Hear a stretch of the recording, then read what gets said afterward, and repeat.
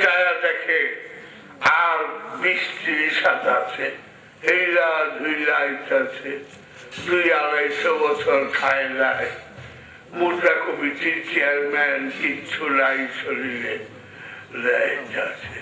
নিরিখে ভগবান কৃষ্ণ, বর্ষকে ভগবান কৃষ্ণ, কৃষ্ণকে মাইরা ফেলাইব। তখন অর্জুন বললেন, ভগবান এ তো আপনাকে হত্যা করতে আসতেছে। কৃষ্ণ বললেন, অর্জুন কি করিতে চাও? কয় ইহাকে বধ করিতে চায়, এর মারতে চাই। ইহাকে দুনিয়ার অস্ত্র দিয়া মারা যাবে না, কারণ এতে স্বর্গের মানুষ, স্বর্গের মানুষের গায়ে দুনিয়ার অস্ত্র লাগে। মুন্ডু হাতে নিয়ে হরে কৃষ্ণ বলে, মাথাটা এক একটা রক্তের ফোঁটা মাটিতে পড়বার আগেই রক্তের ফোঁটাতে শব্দ উচ্চারিত হয়, হরে কৃষ্ণ হরে কৃষ্ণ।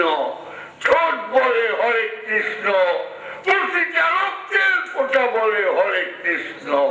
অর্জুন হতভম্ব, শত্রুকে মারলাম, শত্রুর রক্ত কয় হরে কৃষ্ণ, ছোট কয় হরে কৃষ্ণ। অর্জুন প্রণাম করে পড়ে গেলেন সত্যাঙ্গে, প্রভু কাকে হত্যা করলাম?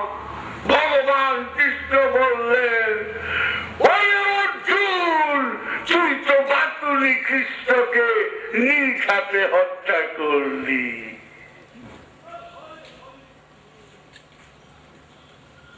সুতরাং ওই যে তুমি আমি মুসলমানের ঘরে জন্মাইছি, আর রাম হরিমোহন ওরা হিন্দুর ঘরে জন্মাইছে, তাই আমরা সবাই সাইনবোর্ড লইয়া সব ধর্মের বাহাদুরি করতেছি।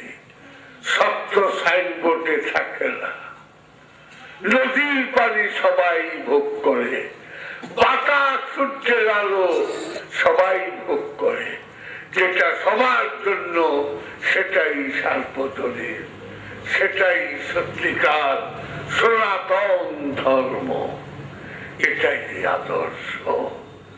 একটু বাঁচাও। আপনাকে খারাপ লাগতেছে বাবা? আমি যে একটু হিন্দু ধর্মের ওয়াজ করলাম, আপনার কাছে খারাপ লাগলে আমি ছেড়ে দেই হিন্দু ধর্ম? আমগো মুসলমান আমরা কই, আমার বাবা হেলালুদ্দিন, আমার নাম জাহাঙ্গীর।